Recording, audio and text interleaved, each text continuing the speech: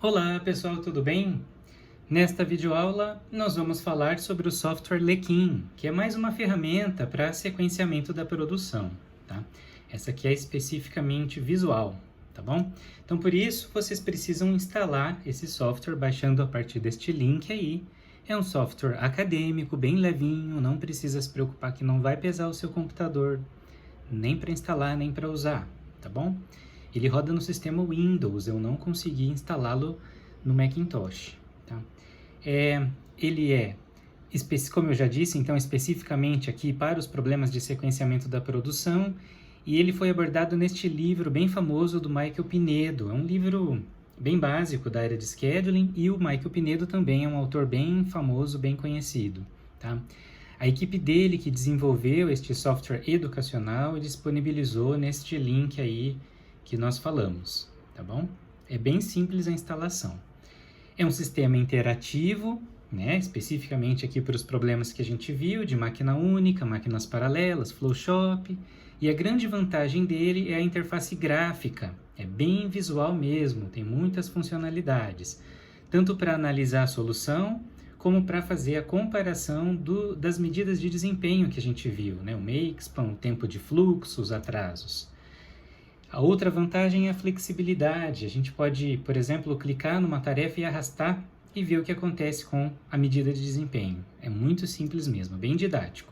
E já vem implementados alguns métodos de solução, né? As regras de prioridade mais simples, algumas heurísticas e até a entrada manual a gente pode fazer, tá? Isso a gente vai mostrar aqui nos exemplos. Como eu já disse, então, o sistema operacional que ele funciona é o Windows, tá? A principal vantagem são os recursos visuais. Então tem aí um gráfico, né, um gráfico de Gantt, que a gente tanto utiliza aqui na nossa área, né, provavelmente é um gráfico de um Flowshop, é só para exemplificar, porque a gente vai fazer aqui, tá? Então a gente pode, como eu disse, clicar numa barrinha dessas e arrastar para frente, para trás e verificar o que isso muda no desempenho, né, da programação. É muito flexível mesmo, tá? Além disso, a gente tem gráficos comparativos dos resultados. Então, tem da programação, aí à esquerda, né, e os resultados nestes gráficos da direita, né? Quando a gente, então, resolve o mesmo problema com diferentes regras de prioridade, ou utilizando uma heurística ou uma entrada manual, e verifica, então, a comparação, né, visualmente, né? Compara aí o makespan das soluções obtidas, ou o tempo total de fluxo, como no gráfico superior aí à direita, ou então comparando várias medidas ao mesmo tempo, como nesse gráfico em radar, aí o terceiro gráfico à direita, né? Tá certo? Então é uma ferramenta bastante interessante. No próprio site, lá onde a gente baixa o instalador, tem algumas instruções, algumas informações sobre o funcionamento do software, mas é pouca coisa. Temos também disponível uma espécie de tutorial que eu traduzi para o português, né? Tem um arquivo disponível, né? E no final deste slide tem também outras referências, tá? Mas a gente vai ver aqui o principal funcionamento, né, do software. Bem, então assim que a gente entra, né, a gente instala e entra no ambiente, né, no ambiente do Lequim, a gente vai escolher o ambiente de produção, o problema de produção, né, ou de sequenciamento que a gente vai resolver. Então repara que a bolinha aí nos botões, ó, a bolinha vermelha representa a máquina, né? No problema de single machine, né, uma máquina, tem lá uma única bolinha e um fluxo cinza passando por essa bolinha, né, o fluxo de tarefas. Na direita, o problema de máquinas paralelas tem duas bolinhas representando e dois fluxos, né? No Flowshop são três bolinhas em série, tá vendo? O fluxo passa pelas três, né? No JobShop, né, que é o terceiro aí do lado esquerdo, né, tem rotas aqui, rotas, né, bem flexíveis, como a gente viu, né, o funcionamento, a característica do ambiente JobShop. Temos aqui também o Flexible Flowshop, que é o Flowshop híbrido que a gente viu numa videoaula anterior, né? E temos aqui o Flexible JobShop também. É quando a gente tem um JobShop em que a gente incrementa a capacidade colocando mais de uma máquina em cada estágio, tá bom? Então aqui é para a gente conhecer os ambientes. Entrando no ambiente do Lequim, a gente tem que inserir as informações das máquinas e das tarefas. Então, repara que do lado esquerdo a gente tem aqui o Machine Park, né? Que é o parque de máquinas, o ambiente, né? A janela, né? Digamos aqui, a área em que a gente insere as informações das máquinas do ambiente que a gente vai trabalhar. E do lado direito, o Job Pool, né? A área em que a gente insere as informações das tarefas. Tá? A gente vai verificar tudo isso aqui. Ó, tá? A gente, quando então vai inserir, a gente abre uma janelinha específica aqui para as máquinas, por exemplo, e para as tarefas, e vai inserindo aqui os dados do problema que a gente vai resolver. A gente vai fazer um exemplo numérico, vai ficar bem mais tranquilo de entender e saber como funciona, vocês manipularem, tá bom? Depois de inseridos os dados, a gente tem que resolver o problema, né? Então, aí a gente faz o sequenciamento, usando primeiro, por exemplo, as nossas conhecidas regras de prioridade, né? A EDD, né? O Minimum Slack Time, né? A LPT, SPT, WSPT, que são bem conhecidas já. Tem também a regra FCFS, né? Que é a First Come, First Served, né?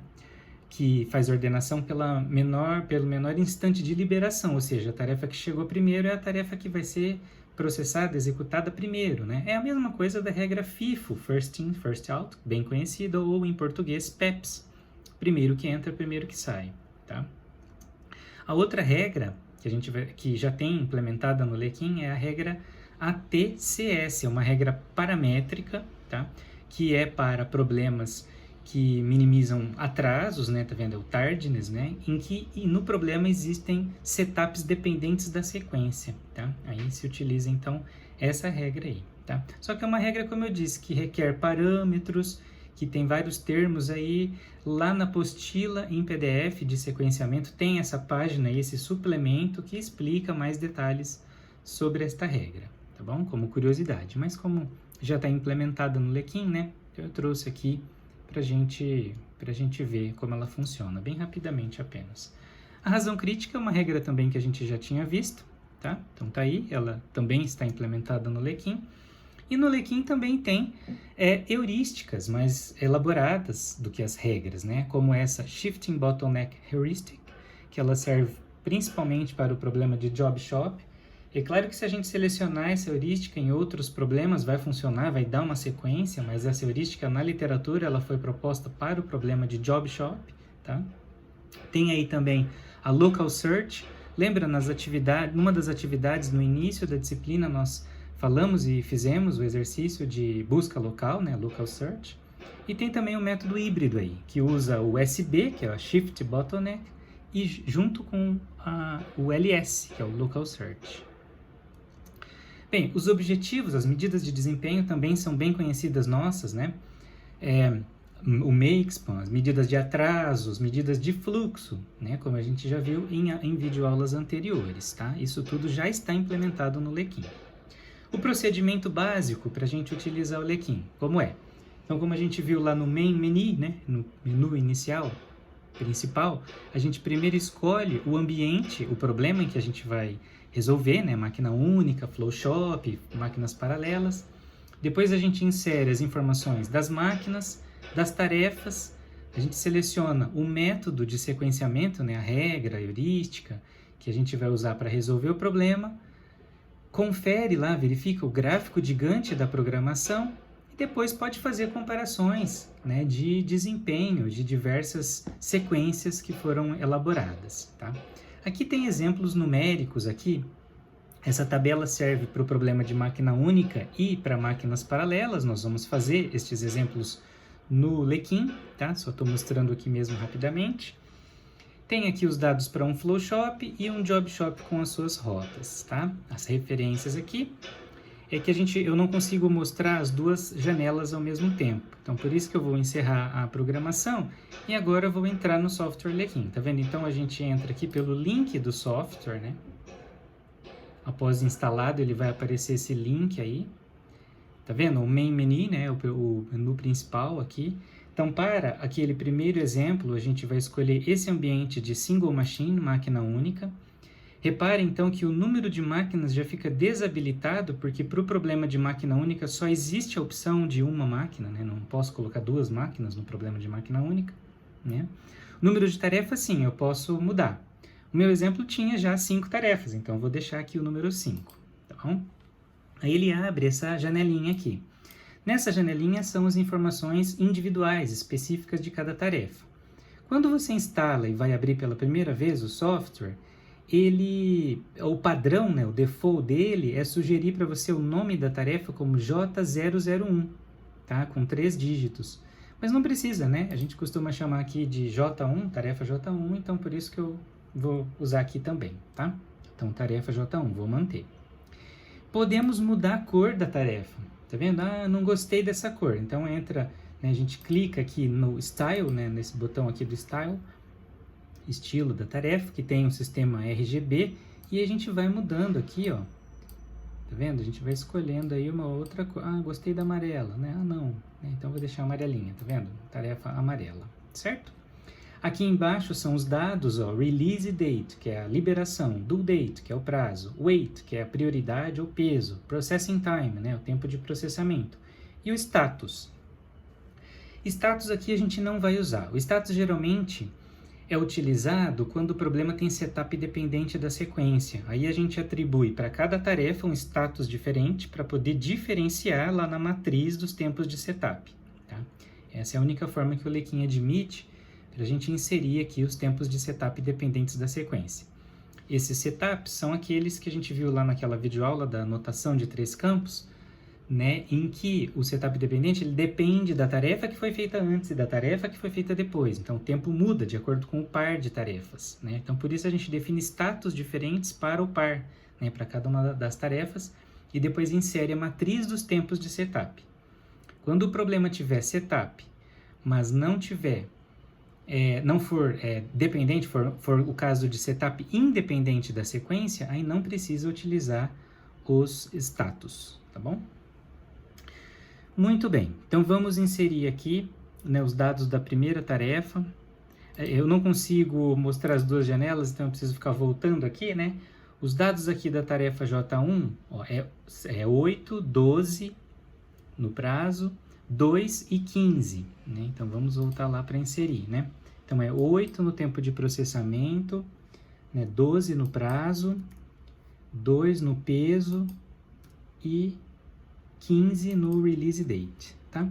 Eu já tenho aqui comigo os dados, então eu não vou ficar voltando lá no slide, mas eu vou inserir aqui para vocês verem como é que faz, tá? Então, para a tarefa J2, né, o tempo de processamento é 7, o prazo é 20, o peso é 2, já está aqui.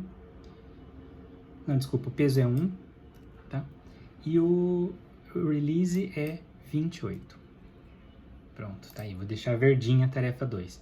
Tarefa 3, né? O tempo de processamento é 2, o prazo é 10, o peso é 3 e a liberação é 3 também. Tá? Então tá aí, inserir os dados da terceira tarefa. Próxima tarefa, J4, é 5 o processamento, 18 o due date, 8 o peso, e 6 release date. Tarefa J5 é 4 o tempo de processamento, 15 o prazo, 7 de peso e 14 de liberação. Pronto, inserimos todas as tarefas. Repare então que ele já criou uma máquina aqui que chama Uno. A gente não consegue mudar o nome dessa máquina, tá? Porque é um problema de máquina única. Então a gente não consegue mudar, tá vendo? É desabilitado aqui o nome da máquina. Então, a gente pode mudar a cor, né? Isso a gente consegue, mas mudar o nome da máquina não, tá? Coloquei aí um verde mais clarinho, né? Quando a gente for trabalhar com o setup dependente, é aqui que a gente insere, ó. Tá vendo? Os status, né? São 5 tarefas, a gente define um status para cada tarefa, e aí aqui a gente insere a matriz do setup dependente da sequência, né, de uma para outra, aquela matriz depara, tá bom? Muito bem, então já inserimos os dados das tarefas e da máquina, tá? A gente vai ver aqui também as opções aqui dos menus, né, os botõezinhos. Tá vendo que aqui para salvar são vários disquetinhos empilhados, porque ele salva os arquivos do problema aqui do Lequim separadamente para as máquinas, né? Então eu vou chamar aqui de exemplo 1, letra A, tá vendo que a extensão é MCH, né, que é de machine, tá? Eu vou salvar aqui na pasta documentos, você pode salvar onde você quiser no seu computador, tá? Opa, deu um erro aqui já. Aqui também, Vou salvar as tarefas do exemplo 1A. E ele salva com a extensão job, tá vendo? Ele salva em arquivos separados. Pronto, salvei, né? Muito bem. Então, workspace, aqui rapidamente, ó, aqui salva tudo, né? Aqui define o ambiente, a gente vai usar esses settings daqui a pouco, tá? Que mais, ó? Schedule, bom, aqui a gente vai usar para programar, então já a gente vê. Tá vendo que aqui a gente habilita, então esses próximos botõezinhos aqui, ó, as engrenagenzinhas são para máquina, o Machine Park. Tá vendo aqui a ferramentinha aqui, ó, né? É para as tarefas, né? Aqui são os gráficos de Gantt, a gente ainda não fez nenhuma programação, tá? A gente precisa fazer uma programação para ver funcionando, a gente vê melhor as funcionalidades aqui, tá? Então vamos lá. Para a gente programar, a gente vai aqui no menu Schedule, né? Schedule. Então, Rule, vamos usar primeiro as regrinhas, né? Então vamos usar as que a gente conhece primeiro, então, por exemplo, a EDD. Então pronto, ó, ele já mostra aqui um gráfico de Gantt, tá? Tá vendo? O gráfico de Gantt da sequência EDD, tá? O que ele está mostrando aqui, né? As tarefas respeitando os instantes de liberação, por isso que fica, então, esses tempos ociosos da máquina, né? Então, o instante de liberação da tarefa J4, os dados estão aqui, ó, J4, liberação é o instante 6, tá vendo? Então, ela só pode iniciar a partir do instante 6. Por isso que, para a sequência EDD, né? Que faz a prioridade pelas datas, né, de entrega, os prazos, né, ela ordena pelos prazos, mas na hora de fazer, né, uns instantes de início e fim, respeita, né, as liberações, tá? Muito bem.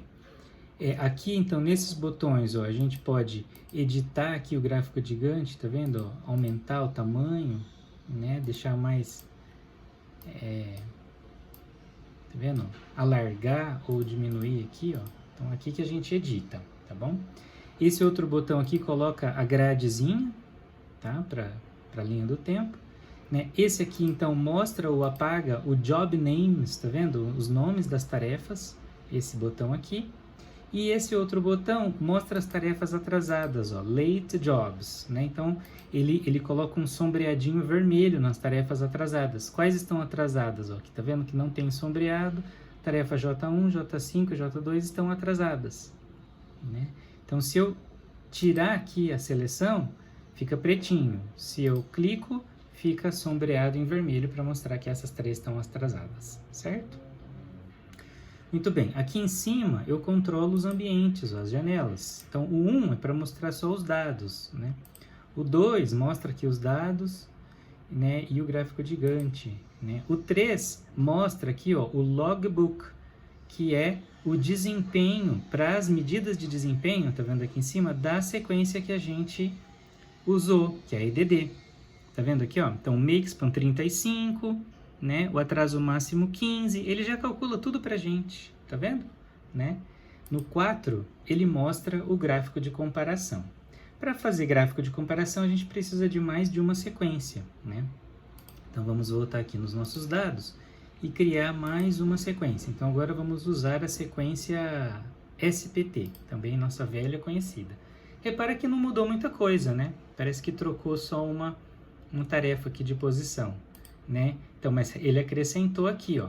Acrescentou os dados agora da sequência LPT.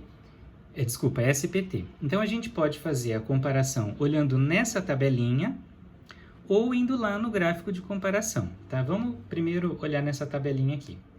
Lembra que a regra SPT, ela era boa para fluxo, né? Em alguns problemas, ela dava solução ótima para a minimização do fluxo, né? Aqui, como tem datas de liberação, prioridades, né? Então, a SPT não dá a solução ótima, mas seguramente dá uma boa solução em termos de fluxo. Então, vamos olhar aqui o que é fluxo aqui em cima, ó. É a soma dos instantes de término, tá vendo? Isso é uma medida de fluxo. Ou fluxo ponderado, tá vendo? Essas duas, né? Então, tá vendo que a SPT, ó, deu um valor melhor sempre do que a outra regra EDD, tá vendo? A EDD, ela é boa para prazos, né? Então, vamos ver aqui uma medida de prazo. atrasos, né? Atraso máximo, Tmax. Não, aqui empatou, né? Vamos usar outras regras para a gente ver melhor o comportamento da EDD. Então, agora a LPT. Tá vendo que a LPT para fluxo, ó, ela ficou igual a EDD, né? A SPT sempre foi melhor para fluxo, né? É que esses dados aqui não mostram o bom desempenho da EDD, né, para medidas de atraso máximo, que acabou empatando tudo, tá bom? Tem que fazer mais exemplos para ver melhor o desempenho, né? Vamos usar aqui a razão crítica, por exemplo, tá vendo? A gente pode ir escolhendo as regrinhas todas, né, que tem ali prontas já, e depois comparar o desempenho, né? Além disso, a gente pode inserir manualmente uma sequência, né? Então, a gente pode arrastar, né, como eu tinha falado aqui, ó, se a gente pega aqui a sequência, a tarefa J4 e leva aqui para essa posição, ó, tá vendo? A gente muda a programação, né? É que aqui eu quero deixar a sequência original, que deu nas regras aqui já implementadas, né? Mas a gente tem essa opção de arrastar e verificar o que acontece aqui. Tá vendo que muda os números aqui das medidas de desempenho, né? Então, é uma forma de análise também. Mas o que eu quero mostrar é a inserção manual. Então, a gente pode usar essas regras de prioridade, né? E pode usar a entrada manual, né? Então, vamos chamar aqui de manual essa sequência, né? E aqui já aparece uma sugestão, né, de sequência, mas a gente vai criar uma da nossa cabeça. Então, por exemplo, J2, J1, J5, J3 e J4. Inventei uma agora, uma sequência aleatória. Nossa, terrível, tá vendo? Uma sequência aleatória ficou muito ruim, mas tá lá, né? Tá vendo que o fluxo dela deu 1029, ó, pior de todas, né? Mas tá aí, uma sequência manual. Aí você fala, mas ela tá tão ruinzinha, então eu vou melhorar um pouco. Aí você arrasta para cá, tá vendo? Coloca J4 na primeira posição, J5, opa, tá melhorando, né? Então vamos deixar essa melhorzinha, né? Não precisa esculachar tanto com o nosso exemplo. O problema é a J2, né? A J2 tem que ficar no final, tá vendo? Deu uma melhoradinha, né? Muito bem, então agora vamos para aquela parte que compara os desempenhos das regras no gráfico. Lembra que tinha vários gráficos, né, que a gente poderia comparar, né? Então aqui a gente pode selecionar as regras que a gente quer comparar, tá vendo? Né? Se a gente quer comparar todas. Aqui a gente seleciona as medidas de desempenho que a gente quer comparar. Então vamos comparar o fluxo total, o atraso total, né, e o atraso máximo, essas três, tá vendo? São três, por isso então ele cria 3 eixos, né, uma para cada medida de desempenho. Eu vou selecionando aqui as regras que eu quero comparar. Tá vendo? Por que não apareceu a EDD, por exemplo, aqui? Porque ela está por baixo. Tá vendo? É só a gente tirar a seleção aqui, ó, da CR, que a gente vê a EDD. Né? Então, a EDD e a CR, elas estão sobrepostas. Né? Dá para ver que todas as medidas aqui da EDD e da CR são iguais. Então, por isso que não dá para ver as duas aqui no gráfico. Tá vendo? Então, quanto mais próximo do centro, né? Como são medidas de minimização, melhores. Então, azul, né? Tá parecendo que é a melhor aí, né? Principalmente aqui para o atraso. Tá vendo? A SPT, que é azul, né? Ela foi uma medida boa para a soma dos atrasos. Tá vendo? Muito bem. Então, esse é o nosso problema de máquina única, né? Eu sugiro que você vá salvando sempre, porque o Lequim tem um bugzinho que às vezes ele fecha a janela sem salvar, tá? Então salva sempre aí para garantir, tá bom? O que eu disse que eu ia mostrar no começo, esses settings, né? Que você pode vir aqui, né? No menu Workspace Settings, ou então ir aqui nesse botão aqui, ó, né, que é Settings também, tá? É assim, ó. A gente pode transformar esse problema, que é de máquina única, num problema de máquinas paralelas. Lembra que máquinas paralelas representa o incremento de capacidade, né? Então a gente vem aqui, ó, ao invés de ser single machine, eu vou transformar o problema em parallel machines. Ele pergunta, mas você já fez programação, já fez análise, quer descartar ou quer salvar? A gente já salvou, também não importa aqui, né? Então beleza, criei um problema aqui de máquinas paralelas. Antes não tinha essa opção aqui, ó. Então, o que representa isso? Significa que o verdinho aqui é um estágio e eu posso acrescentar aqui quantas máquinas eu quiser nesse mesmo estágio. Tá vendo? Aqui eu consigo mudar o nome da máquina. Então, vou chamar a primeira máquina de máquina 1, M1, do jeito que a gente costumava chamar lá, né? Tá vendo que esses 3 botõezinhos aqui, ó, esse aqui me deixa alterar, ó, editar a máquina, tá? Eu posso criar uma máquina com o M+, ou então selecionar a M1 e excluir no M-. Tá vendo? É a edição. Então, eu vou criar, né? Já aparece aqui a sugestão do nome M2. Tá vendo? Eu criei 2 máquinas. Essa representação indica que eu tenho 2 máquinas no mesmo estágio de produção. Quando for um Flowshop, vai aparecer tudo colorido aqui, porque são estágios diferentes, certo? Vamos ver a diferença agora no gráfico, né? Bom, antes, repara aqui também, que do mesmo jeito que a gente consegue editar aqui, né, criar máquina, excluir máquina, a gente também consegue editar as tarefas, tá vendo? Então, o do meio, o Jotão, a gente edita, o maisinho a gente cria uma tarefa J6, por exemplo, tá vendo aqui, ó? Criei uma tarefa J6. Ou então a gente pode excluir uma tarefa. Vou excluir porque ela não fazia parte. Então a letra B do exemplo 1 dizia que era um problema de máquinas paralelas com 2 máquinas. Pronto! Transformei o meu problema de máquina única num problema de máquinas paralelas. E do mesmo jeito vou fazer aqui a sequência. Então vou agora usar a regra FCFS. Tá vendo? Que aparece 2 máquinas com a mesma cor, indicando que elas estão no mesmo estágio. E a programação de tarefas distribuída nas 2 máquinas, ó. Tá vendo que a gente pode arrastar, ó, né? A gente pode trazer aqui. Essa programação não está muito eficiente porque as liberações estão muito distantes, né? Estão muito grandes as liberações, então acaba ficando muito buraco na programação, né? Mas é a mesma forma que a gente fez lá para o problema de máquina única, tá? A gente cria aqui várias programações, né? Depois faz comparação, tudo do mesmo jeito, tá bom? Muito bem, então fizemos aí o exemplo de máquinas paralelas e máquina única. Vamos inserir aqui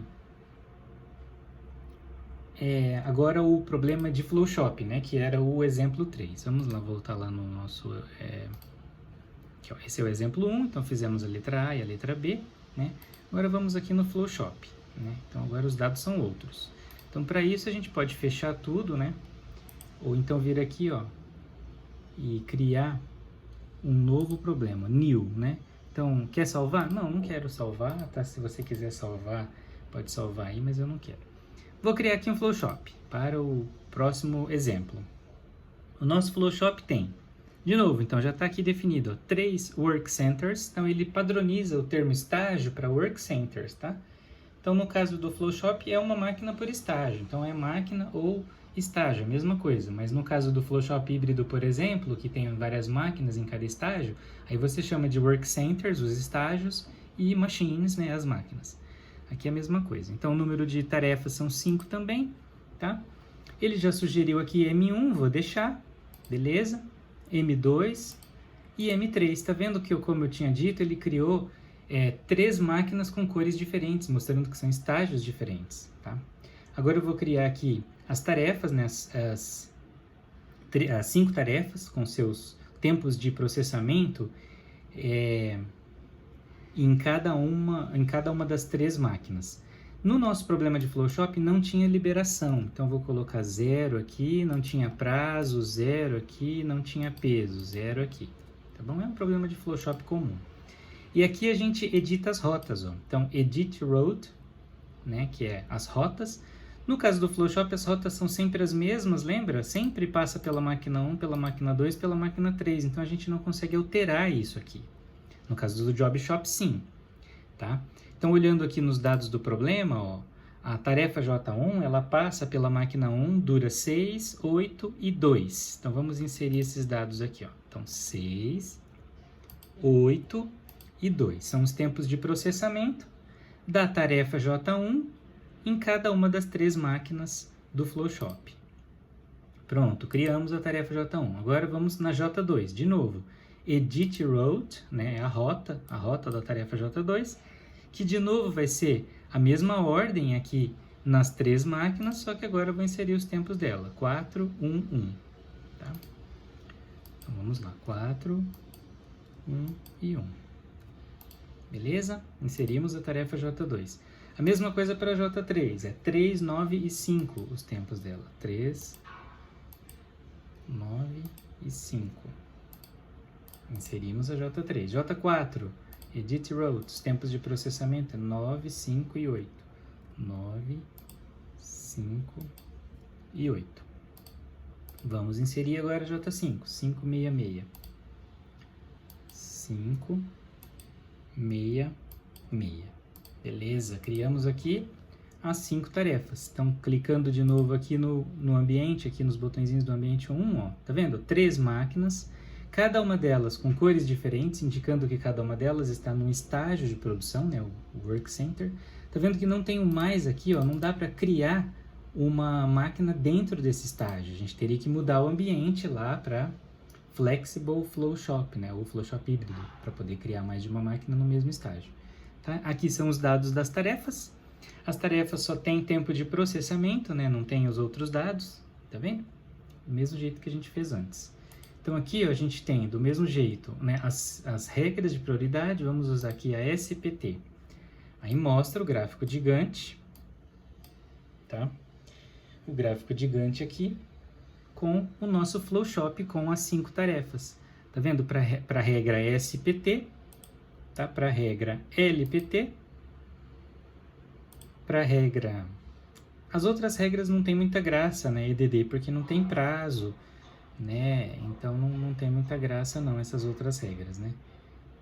Tá vendo? Então aqui no Flowshop o mais interessante são essas duas e uma possível entrada manual. Então vamos colocar aqui uma entrada manual. Vamos colocar a ordem J1, J2, J3, J4, J5 para ver o que acontece. Aí pronto, tem aí 3 programações. Você clica aqui no botãozinho 4 para mostrar os gráficos, tá? As medidas que a gente quiser comparar, né? Essa aqui é a nossa entrada manual, então vou chamar de manual. É bem intuitivo, tá vendo? Conforme você for precisando fazer as coisas, você vai clicando aí e descobrindo também as funcionalidades, né? Uma outra coisa que eu queria mostrar é lá no gráfico de Gantt aqui, talvez aí no seu você queira aumentar o tamanho da letra, né? Aqui do label ou do rótulo, né, da tarefa. Então aí isso você faz no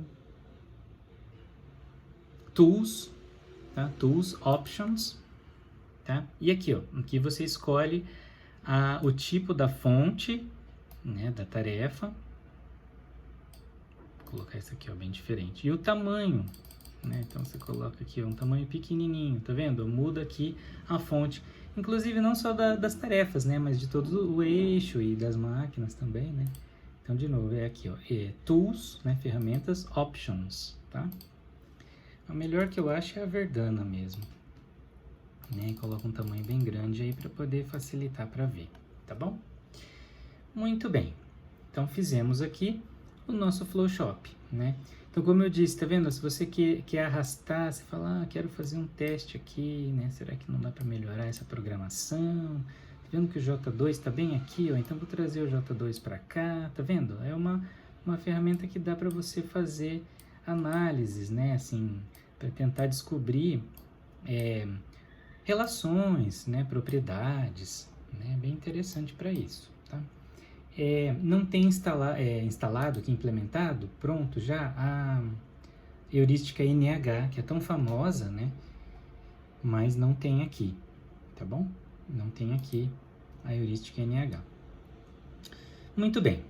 A última coisa que eu quero mostrar é o exemplo do Job Shop, né? Então, vamos pegar aqui os dados do Flowshop.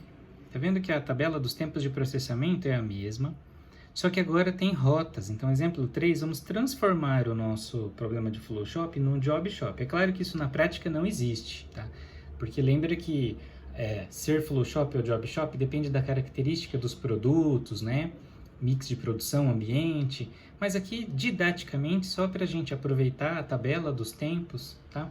Eu vou utilizar a mesma tabela do Flowshop e transformar simplesmente num Job Shop, do mesmo jeito que a gente aproveitou os dados de máquina única para transformar em máquinas paralelas, tá bom? Então, de novo, a gente vem aqui no Settings, vou agora, tá vendo que é Flowshop aqui, ó? Então, vou para Job Shop, né? Vou descartar os dados todos, não tem problema, os dados de sequência, né? De solução. Permanecem os dados das máquinas e das tarefas, tá? Mas o que é que muda? Então, qual é a relação? Qual é a diferença entre os problemas de Flowshop e Job Shop? As rotas, né? Lembra? Então, aqui, a gente vai inserir as rotas, né, de cada tarefa. Então, a tarefa J1 tem a rota M2, M1, M3. Então, 2, 1, 3. Vamos inserir aqui, ó. Tá vendo? A gente clica aqui nos dados da tarefa J1, né? Edit Route, lembra? Lembra que antes não dava para alterar essa ordem aqui porque era Flowshop. Flowshop é sempre da primeira máquina para a última o fluxo. Agora não. Agora a gente vai inserir essa rota aqui sugerida. Então é 2, 1, 3. Tá vendo? Então a gente vai usando essas setinhas aqui, ó. Eu vou levar o 2 lá para cima, ó. Tá vendo? 2, 1, 3. Então, ou a gente clica aqui na tarefa e usa essa setinha movendo na máquina, né? É a ordem em que a tarefa passa nas máquinas, né? Então, ou a gente muda a ordem aqui, ó, com a setinha, né? E vai deixando aqui a rota nas máquinas dessa tarefa J1, ó, 2, 1, 3. Ou então a gente vem aqui, escolhe a primeira máquina, depois vem aqui, escolhe a segunda máquina, entendeu? Eu acho mais fácil a gente arrastar, né? Usar esses botões aqui, mas cada um, né, pode escolher o jeito que quer, 2, 1, 3. Desde que fique aqui a ordem, né, sugerida, né? Então colocamos aqui agora a ordem, tá vendo? 2, 1, 3, aparece aqui, né? Repara que as outras ainda estão com 1, 2, 3, 1, 2, 3. Então vamos mudar. A rota da tarefa J2 é 1, 2, 3. Então essa não precisa mudar. A rota da tarefa J3 é 3, 1, 2, né? 3, 1, 2. Então, vamos fechar aqui. A rota da tarefa J3 é 3, 1, 2. Então, a máquina 3 vai lá para cima. 3, 1, 2. Pronto. Já está com a rota atualizada. Tarefa 4. Qual é a rota? 3, 2, 1. Então, aqui, ó. 3 vai lá para cima. 1 vai para baixo, então 3, 2, 1. Pronto, já temos aqui a rota.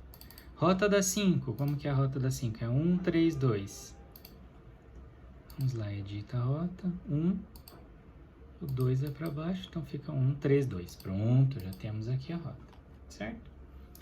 Do mesmo jeito, vamos salvando, vamos criando as regrinhas, né? Então aqui, de novo, não tem prazos, então só tem graça usar aqui os dados de LPT, SPT, entrada manual.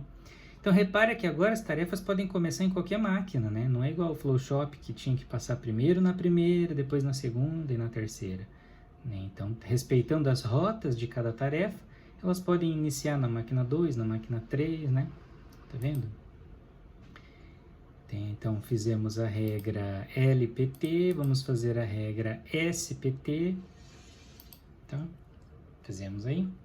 E agora vamos fazer aquela heurística, né? Aquela SB Routine, tá vendo aqui, ó? SB Routine, né? Para o Makespan, tá? Ela demora um pouquinho para execução, mas aparece, né? Apareceu aqui. Então, essa, como eu disse, essa heurística, né, a Shift Bottleneck Routine, ou heuristic, né, ela foi criada para o problema de Job Shop, por isso que nós usamos aqui nesse problema, tá? Vamos então fazer a comparação para ver, ó. Tá vendo então que para o Makespan, né, essa heurística aí, ó, a SB, Shift Bottleneck Routine, ela foi a melhor, né? É claro, né, aquela regra que já foi testada, publicada na literatura, né, ela é a melhor mesmo. E aí a gente usou aqui outras duas regras de prioridade, né, só para testar, só para comparar. Então a gente vê que para o Makespan, né, como ela foi criada, né, ela é a melhor no problema de Job Shop. Tá bom? Muito bem. Então assim a gente encerra os exemplos. É claro que tem muito mais, teria muito mais para explorar, você pode ficar à vontade para descobrir funcionalidades, né, e usar, explorar o máximo possível o Lequim, né, principalmente para gráficos, né, do material que for escrever, né, artigos, né, ele é muito bom para isso, tá? Para execução computacional já não, né, porque a gente tem que inserir os dados de cada instância, ou exemplar, ou problema, um de cada vez, né? E do jeito que a gente faz aquela experimentação computacional, resolvendo vários exemplares, né, sequencialmente, né, automaticamente, isso já o Lequim não tem essa funcionalidade. Então, por isso que a gente usa a linguagem Julia para experimentação computacional. Tá bom? Sim, a gente finaliza. Muito obrigado pela sua atenção. Tchau, tchau.